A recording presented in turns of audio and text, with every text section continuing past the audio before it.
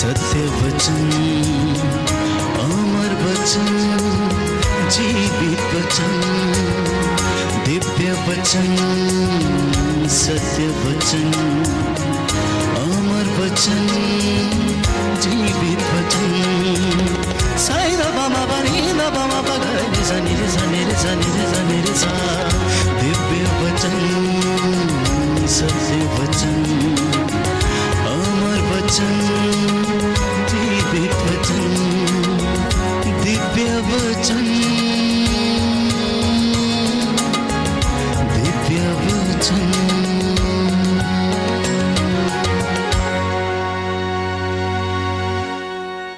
हमारे प्रभु यीशु क्रिस्त की कृपा, ईश्वर का प्रेम तथा पवित्र आत्मा का साहचर्य हमारे प्रभु यीशु क्रिस्त के आनंद प्रेम और शांति सदा आप सबों के साथ हमेशा रहे।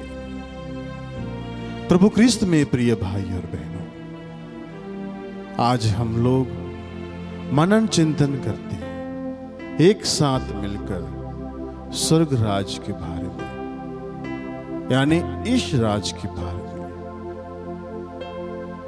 एक साथ मिलकर जब हम मनन चिंतन करते हैं तब हमें समझ में आएगा कि ईश राज, स्वर्ग राज कोई अलग स्थान नहीं है, बल्कि यह ईश्वर का शासन या अधिकार का क्षेत्र है।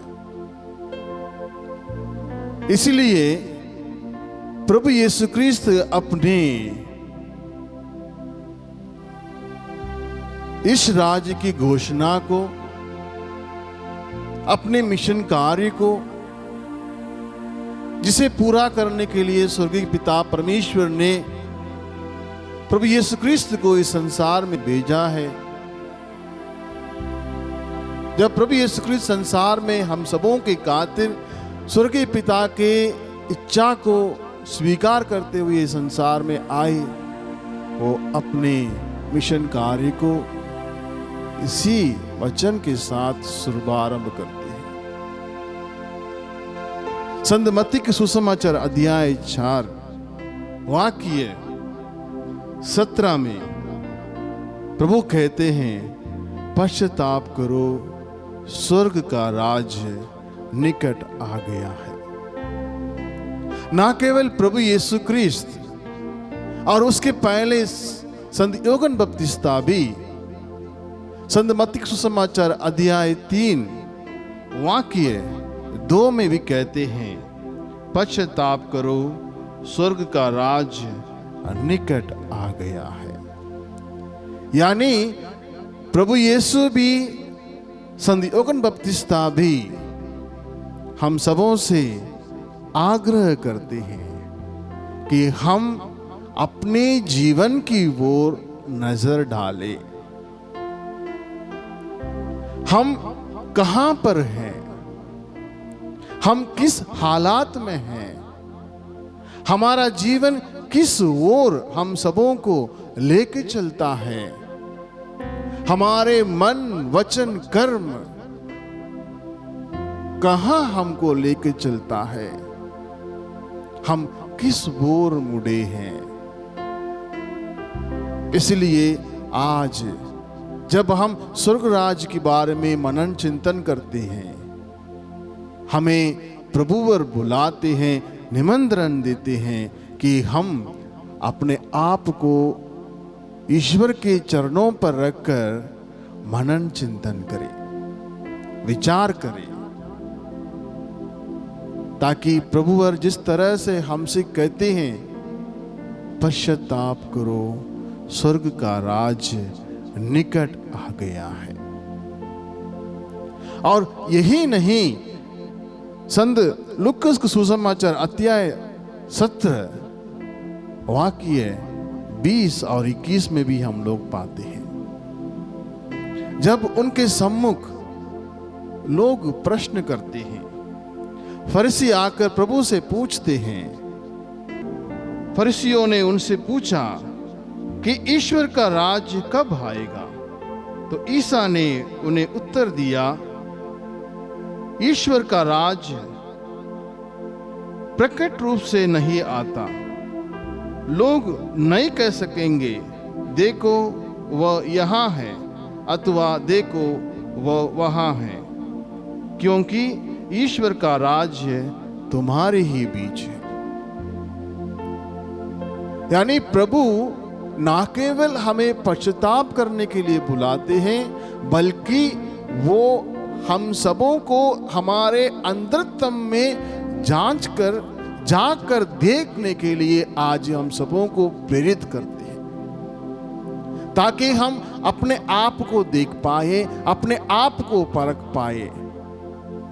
क्योंकि जब प्रभु यीशु ख्रीस्त यूदास के द्वारा पकड़े गए थे, यूदास इस्करियोत के द्वारा पकड़े गए थे, पिलातुस के सामने जब उनको रखा गया था, पिलातुस भी उनसे पूछता है, क्या तुम राजा हो? तब भी प्रभु यीशु ख्रीस्त यही कहते हैं कि मेरा राज इस यहाँ का नहीं है। अगर मेरा राज यहाँ का होता, मेरे लिए मेरे अनुयायी लड़ते। यह हम सबों के सामने प्रभु प्रस्तुत करते हैं कि हम अपने आप को देखें, अपने आप को परखें, अपने आप को जानें, ताकि जो आशीर्वाद, जो कृपा प्रभु ने हम सबों को दिया है, उसको हम देख पाए, उसको हम परख पाए और उसके लिए हम कार्य कर पाए।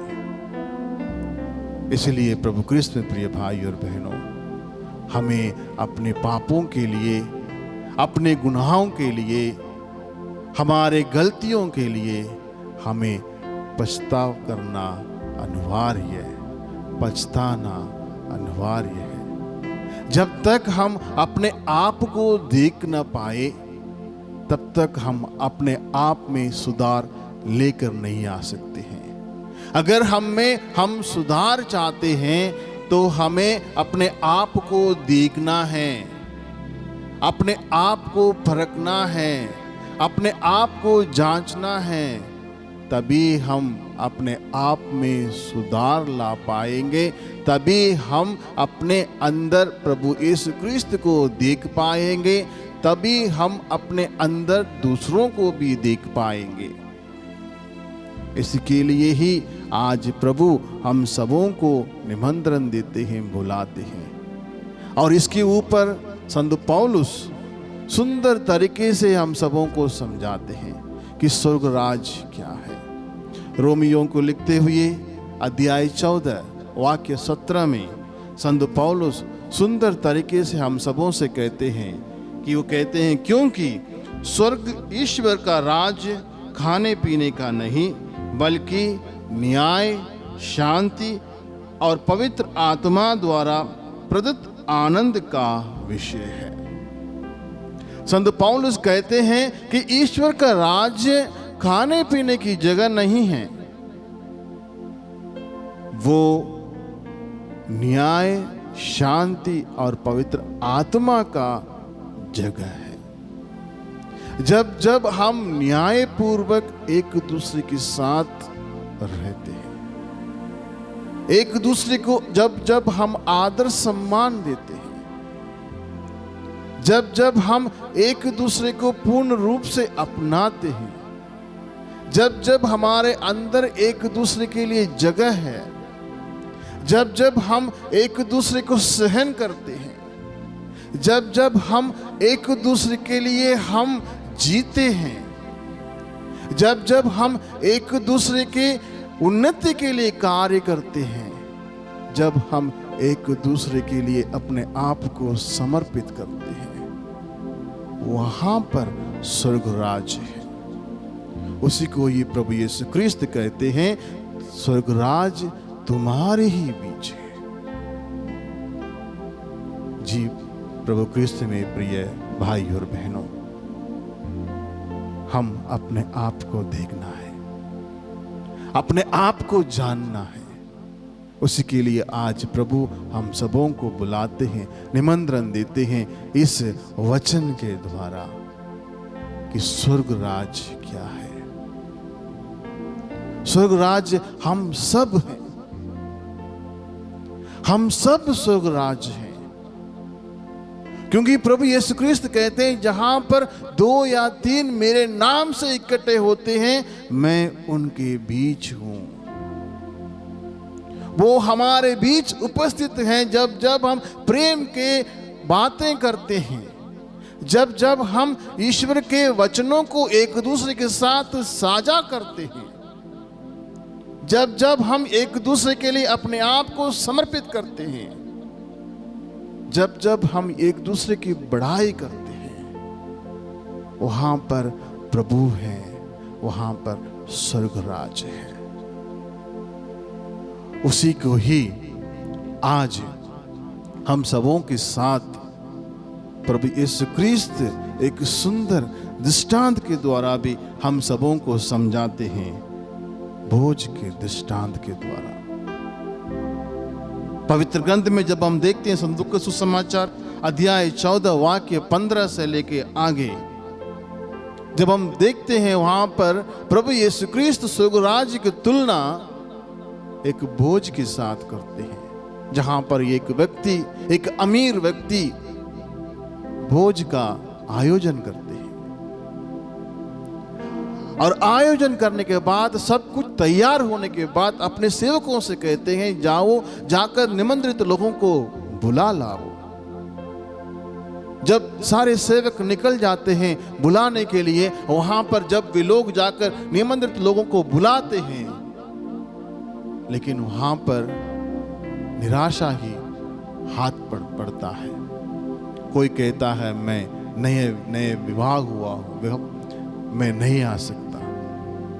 कोई कहता है कि मैं 5 जोड़े बैल खरीदा हूं, मुझे उसको फरकने जाना है। इस प्रकार अलग अलग बातें सामने रखते हैं और आने की मना करते हैं। तब राजा उन सेवकों से कहता है कि जाओ, सड़कों पर जाओ, जो भी मिले, लूले, लंगड़े, अंधे, बहरे, जो भी मिले, उन सबों को ले आओ। और इस वचन के द्वारा प्रभु हम सबों को याद दिलाते हैं, उस स्वर्ग राज्य में हर एक व्यक्ति के लिए स्थान है, जगह है, जो अपने पापों से पछताव करता है, अपने गुनाहों से बाहर आना चाहता है, अपने आप को बदलना चाहता है। उन सब के लिए ईश्वर के हृदय में जगह है, यानी स्वर्गराज में जगह है। जब जब हम एक दूसरे को क्षमा करते हैं, जब जब हम एक दूसरे को अपने हृदय में धारण करते हैं, तब हम दूसरों को नहीं बल्कि ईश्वर को अपने हृदय में हम धारण करते हैं। इसी को ही आज प्रभु और यीशु क्रिस्त उस स्वर्गराज के नाम से हम सबों को अपने बीच आमंत्रित करना चाहते हैं।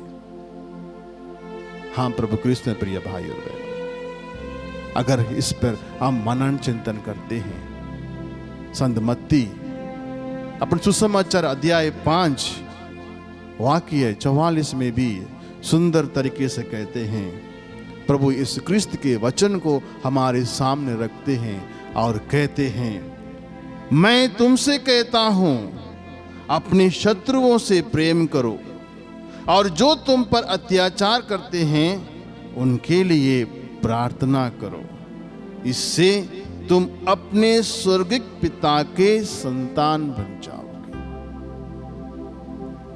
स्वर्गराज यानी ईश्वर के हृदय में स्थान, यानी ईश्वर के संतान। अगर हमें ईश्वर के संतति बनना है, उस राज्य की प्रजा बनना है, उस राज्य के उत्तराधिकारी बनना है, तो हमें उन गुणों को अपनाना है जो प्रभु ने हमें दिया है कि एक दूसरे को प्यार करो, एक दूसरे को अपनाओ, एक दूसरे को सहन करो, एक दूसरे को क्षमा करो, एक दूसरे के लिए अपने आप को अर्पित करो। जब इस चीज को हम पालन करते हैं, इसके लिए जब हम जीते हैं, तब हम उस राज के लिए हम अपने आप को पूर्ण रूप से तैयार करते हैं। यानी प्रभु के लिए हम अपने आप को तैयार करते हैं।